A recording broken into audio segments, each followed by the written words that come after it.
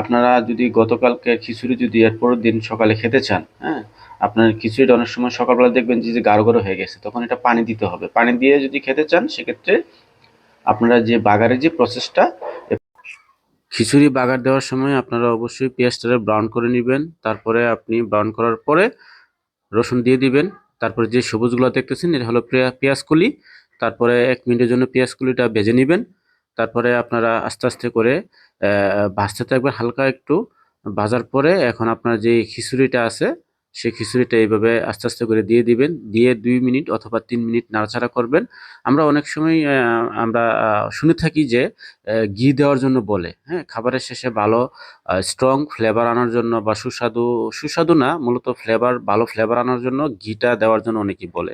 তবে আমি যে কথাটা বলবো সেটা হলো আপনি এভাবে করে খিচুড়ি ভালো ফ্লেভার আনতে হলে এই প্রসেসটা হলো আপনি রাত্রেবেলা খিচুড়ি রান্না করলেন, রাত্রে খাইলেন, সকালবেলা উঠে দেখলেন যে খিচুড়িটা মানে গাঢ় হয়ে গেছে। তো আপনি হালকা যারা অনেকে পানি দিয়ে খেতে চান সেক্ষেত্রে এই প্রসেসটা সবচেয়ে কার্যকর হবে আরকি। আপনি পানি দিয়ে তারপরে পেঁয়াজ আর হলো রসুন দিয়ে যদি এরকমভাবে ব্রাউন করে নেন, মানে যেটাকে বাংলাতে বলে বাগার দেওয়া আরকি। যদি আপনি বাগারটা দিয়ে দেন আর সাথে যদি পেঁয়াজ কলিটা দেন, হ্যাঁ? এত সুন্দর একটা ফ্লেভার আসবে যা আপনি কখনোই কল্পনাই করতে পারবেন না। তারপরে আপনি এভাবে করে সেই খিচুড়ি যে প্রসেসটা এটা এভাবে করতে পারেন। তাহলে খাবার অবশ্যই আপনার ভালো হবে।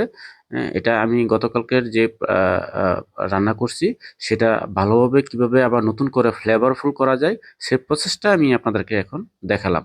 যদিওবা আমার এখানে পাতিলে লেগে গেছিল, তো যার কারণে আমি পাতিলটা চেঞ্জ করে ওই পাতিলেই আমি এটা ঢেলে দিছি।